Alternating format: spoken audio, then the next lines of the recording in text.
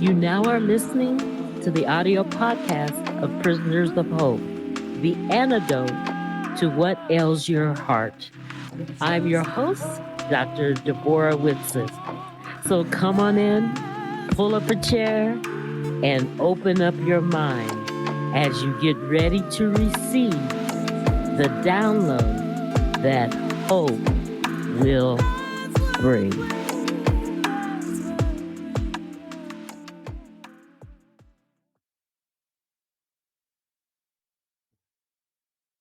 Oh, hey, it is a good day, and welcome to the continuation of Pathway Stories. I'm interviewing Dr. Deborah Brazeal, and she's talking about some impactful things that have happened along her pathway. Enjoy. I looked in the cabinet and I found a card and it said, "You are stronger than you know." And I Wow. thought, what is that? Who is that from? And, it goes through saying, we have a power and the time has not come yet to use it. But Mhm, it's biblical. It's not, the power comes from Jesus. yes. Um, and then it says, "So when you feel like giving up and throwing in the towel, know in your heart that your strength is on its way to the surface. One day you will look Mm, back at this moment and see how strong you really were." wow. So I'm looking at that and it's signed "Love You, Deborah Girl," which is Jody. And so she was sent into my life when my husband, Marty, had Mhm, frontotemporal dementia. And he had just been diagnosed. mhm, And I was already at my wit's end by this time, and I wasn't part of any kind of support group or anything like that. I didn't really know where to turn. And a friend of Marty's went to Jody's house, and he's a painter, and he was doing some work on Jody's house, and he saw a picture of Jody and her husband and asked her about him. And Jody said, "Well, that's my husband. He's deceased. He had FTD." And so John said, "What? FTD? Like frontotemporal dementia is super mhm, rare?" And she said, mhm. "Yeah," and told him a little bit about it. And he goes, "Oh my gosh, my friend's wife is struggling right now because Yes. her husband has FTD. Can you talk to her? Can you call her?" And she goes, "Oh, yeah, sure, I'd be happy to." And that's when this angel entered my life. And Wow. yeah, I mean, really, without Jody and Lori, also they were friends as well. Both of them lost husbands to Mhm, FTD. mhm, mhm, Um, I just, I don't know. I don't know where I would be. I don't know how I would have made it. Now, Jesus was there. mhm, And, you mentioned slowing down mhm, and sort of being in a desolate place. Well, I didn't have very many people around me when I was going through this, and some people actually came up against me, and I just couldn't figure mhm. out. I mean, this was brutal enough, but why were people turning on me? And And that's when yeah, we became close, remember? we became close friends, and I felt like I was in the desert. So, and Mhm. I understand that God can drop you off in the desert because he wants you to communicate with him. That's right. And, Wow. and that's what I did. I would listen Mhm. to praise music, I would put on my headphones, and I would imagine myself ascending into heaven surrounded by butterflies. And I imagine Jesus on the throne. And, um, I just imagined the afterlife. And, I thought about Marty um, and I've told you this, but I had the most amazing dream, and look, this is what kept me from just bolting out of there and, starting a new life somewhere where nobody would know Mhm. me, like just escaping the whole situation because if you don't know FTD, Um, Mm, I can't even describe how horrific it is, but the mhm, dream is I was, um I was in the Middle East somewhere, and I was in this little bitty shack, and there was a man in there guarding the shack, and I wanted to escape. It was claustrophobic. I needed to get out of there, and he kept telling me, "No, please don't go." And I could tell that it wouldn't be a good idea if I bolted, but, sometimes you just kinda go crazy, and mhm. I just ran outside, and the sun was hot and just blaring down on me, and I looked up on this hill of sand, and it was the Taliban, and, Wow. I realized, "Oh, that's why I wasn't supposed to run outside, because I'm gonna draw the attention of the Taliban." Mhm. And so, of course, I turned around, and I ran back in, and this Marine said to me, "I told you not to run." But he said it very gently and Mhm, kindly, and, of course, the Marine is Jesus, mhm. and I had many other dreams, but that one is the one that stood out and told me, "Okay, you need to stick with me. Be with me. I am here Mhm, 100%." mhm. And, it's still the journey, it was an odyssey, and it was still just horrific, when your husband becomes like a Stephen King character, um, Mhm, and he becomes creepy, and mhm. he's been the most loving, kind artist, server, yogi, gentle, man, and he turns into someone who's homicidal and suicidal. Wow. And it really took everything I had not to run, Deborah. And, I didn't want to abandon Marty, but at the same time, I didn't know if I was going to survive it. And just, mentally in my head of being trapped and, having to deal with, well, is he gonna blow the neighborhood up? Am I gonna come home one day and, Yeah. he set Mhm, fire to the house? I mean, you just mhm, anything could happen. And living with mhm. that kind of stress is Yes. so detrimental. And, of course, you want to flee, you want to run, like, was it Elijah that ran away and hid in the cave? I mean, Yes, yes, yes, yeah, that was me. I yeah, turned into Elijah, yeah. one moment, top of the world, Be you know because Jezebel said something, "I'm gonna kill you." Yeah, because Jezebel said, "I'm gonna kill you, by the way. You haven't escaped me." And he ran, right? That's all it took. That's all it took. And But that's do you remember the day that, that our relationship changed, the day that I came to your office unexpectedly? Yeah. Do you Yeah. remember that day? Could you Yeah, I share do. that? That's amazing. That was an amazing day. So, um, I didn't tell anybody at work what I was going through, and this went on for years, by the way. Mhm, And, I just pretended like nothing was happening. And so Deborah came in, and I think she could tell I'd been crying because I would just randomly cry, like anywhere, anytime, but in the classroom, of course. And then I'd have to kind of like pick myself up. I always brought mhm, makeup with me, mhm. you know. So Deborah came in and we just started talking. And it was, very heartfelt. Mhm, And what's going on? Well, okay. mhm, So, wow. mhm, Okay, there's this thing going on with Marty. Okay. mhm, And, and we talked about it. mhm, And I felt like I could open up. mhm, And with others, some of my other colleagues, I just wouldn't have done that. But I think because Deborah and I share this faith, um, it just made it easier because I knew I wouldn't be judged or condemned. And, just, Well, on my end, there's 2 lessons for you guys to understand. Her her willingness to open up and my willingness to walk down that hall. Her office was way away from mine. it I was. mean, you couldn't even walk by it, okay? That's right. And to walk down that hall and knock on the door and say, "What's up with you?" You know, because God sent me to do that. Oh. So pathway help. You got to be the help someone needs. You got to listen.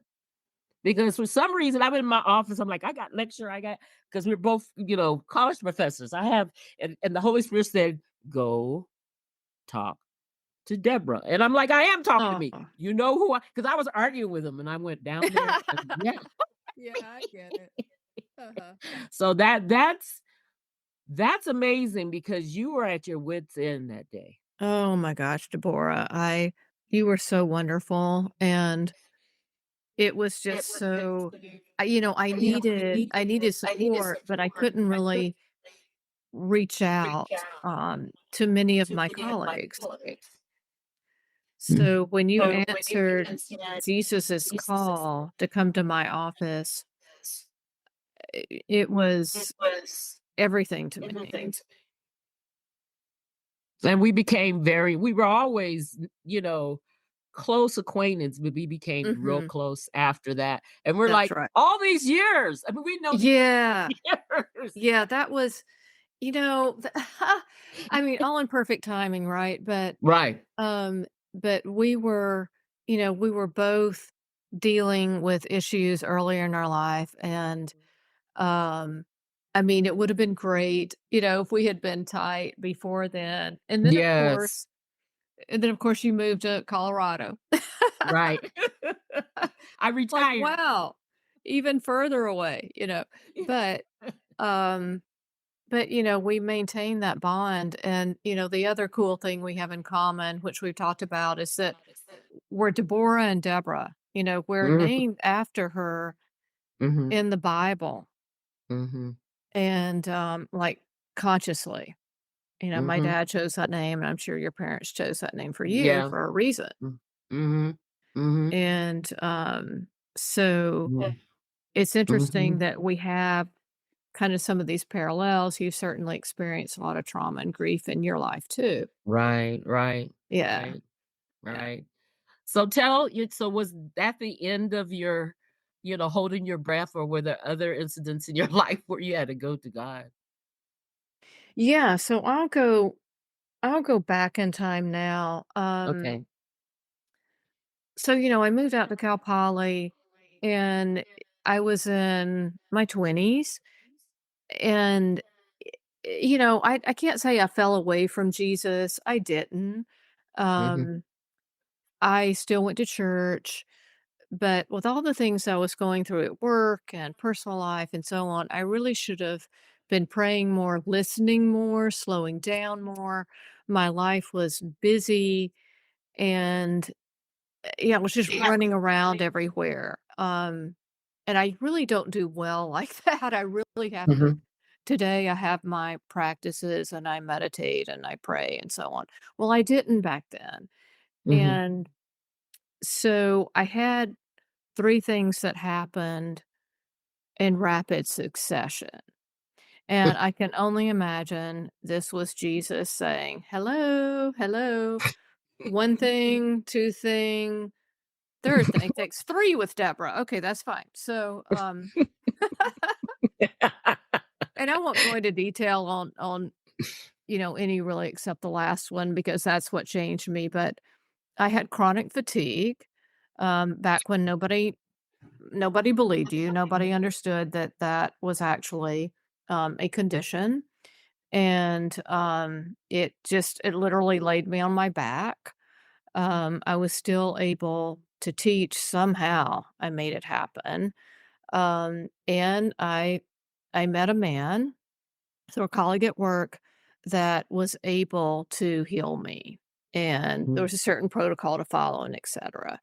mhm, Next thing that happened, the next year, I'm out running, and I was physically attacked. A man had, been stalking me, I mm, suppose, and he mhm. dragged me into the orange grove. Okay. Um, I had my gun on me, yes, and Mhm. we'll kind of skip that part of it. although, although, I didn't shoot him. Okay, but I did escape rape and murder. He did try to strangle me. Mm, wow. So that My was goodness. that's a long story and, you know, quite a tale, and I didn't end up in jail either, which is really good because I had a gun on me. And this is California, right? So, if I had been in Alabama, they would have put a medal on me. That's right.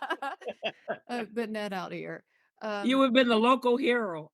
yeah, no kidding, no Keys kidding. to the city. Yeah, and and I kind of, I got over these 2 things, and I just moved on. And then,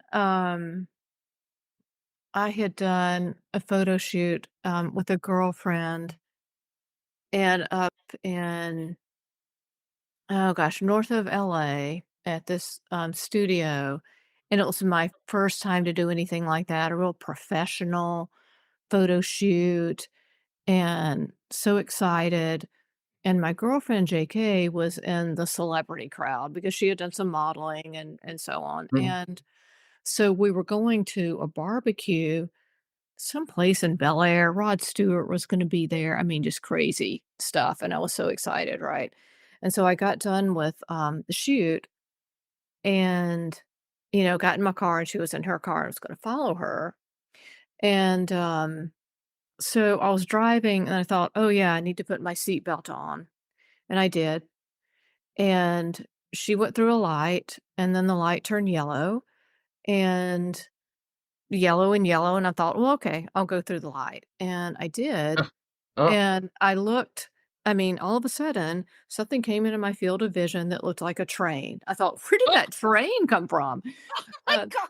and then I just blacked out. And then I woke up and I realized that that train was a van that had turned left in front of me. Um, and by the way, that was a light that had an arrow, a green arrow. And so that person turned in front of me on a yellow light. Oh gosh. And so, needless to say, I was in a lot of pain. The airbag hit my eye, and I didn't know it at the time, but I just couldn't see out of that eye anymore.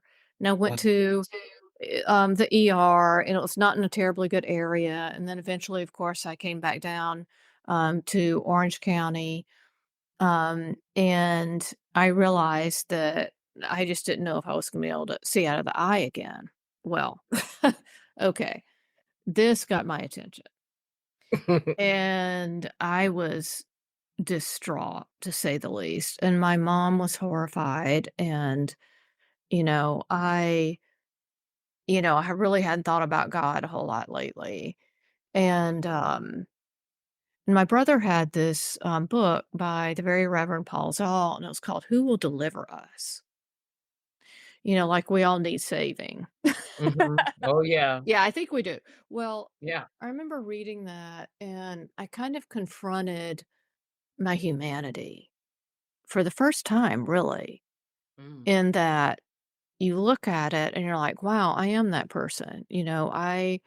I do need saving. And of course I had mhm, been saved before, but there's mhm, nothing like this just sort of out of control, out of the blue, something that happens to you. Like with Marty, like with your sons. I mean, mhm, something that happens is out of the blue and it just throws you down. And not that I think God is a God that hurts you to get your attention. I'm not saying that. But I am saying that um, I really awakened, and it turned out I couldn't get surgery on that eye until right around Thanksgiving. And I wanted to go to UCLA because of the Jules Stein Institute and their reputation. mhm, And mhm. it was by a girlfriend that I even got there in the first place. And Mm. and I didn't know if I'd be able to see.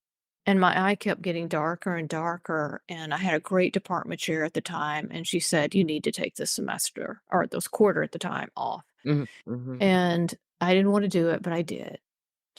And, so I went to get this surgery, and when I woke up, I could kinda see something, and I thought, "Oh my gosh, it worked.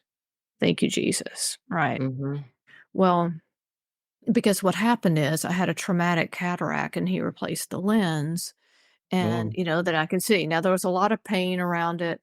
I had a bruised cornea, so that, it wasn't over yet.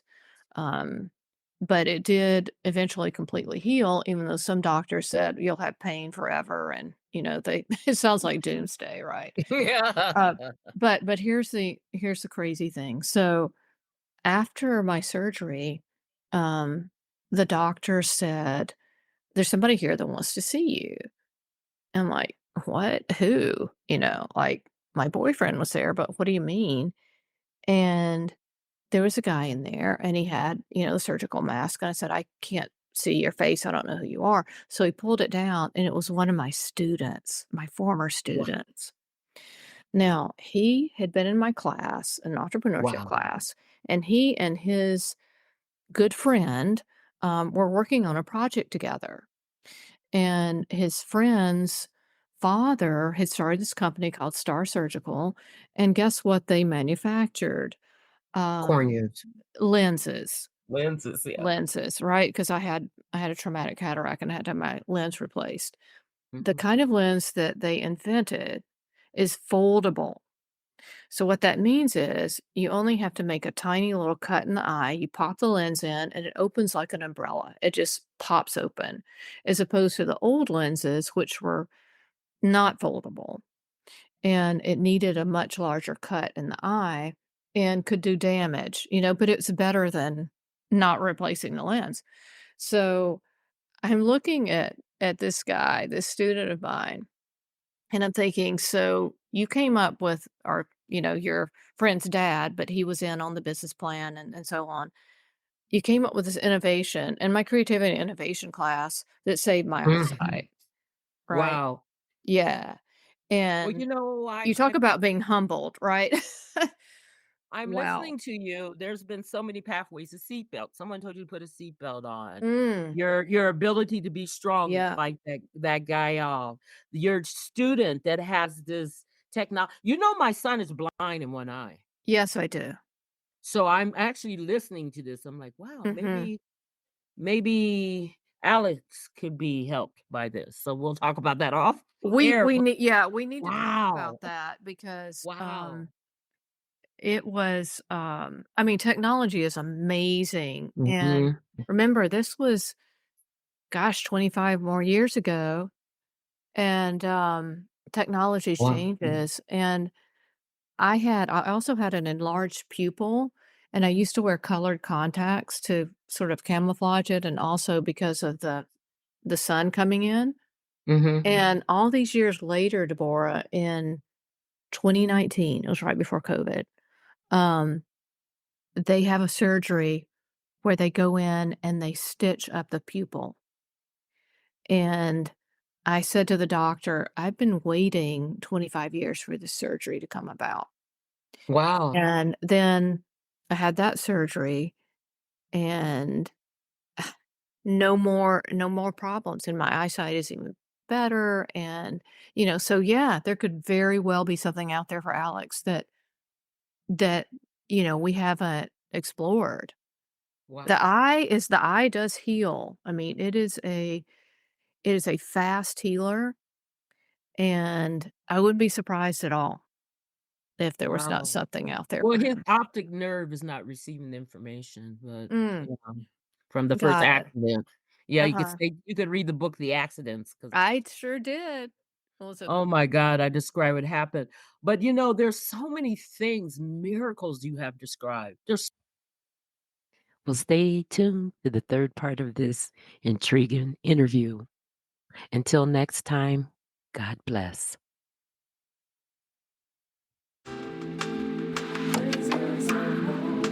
My hope is that this journey has been fruitful and you're able to take it and apply it to your life.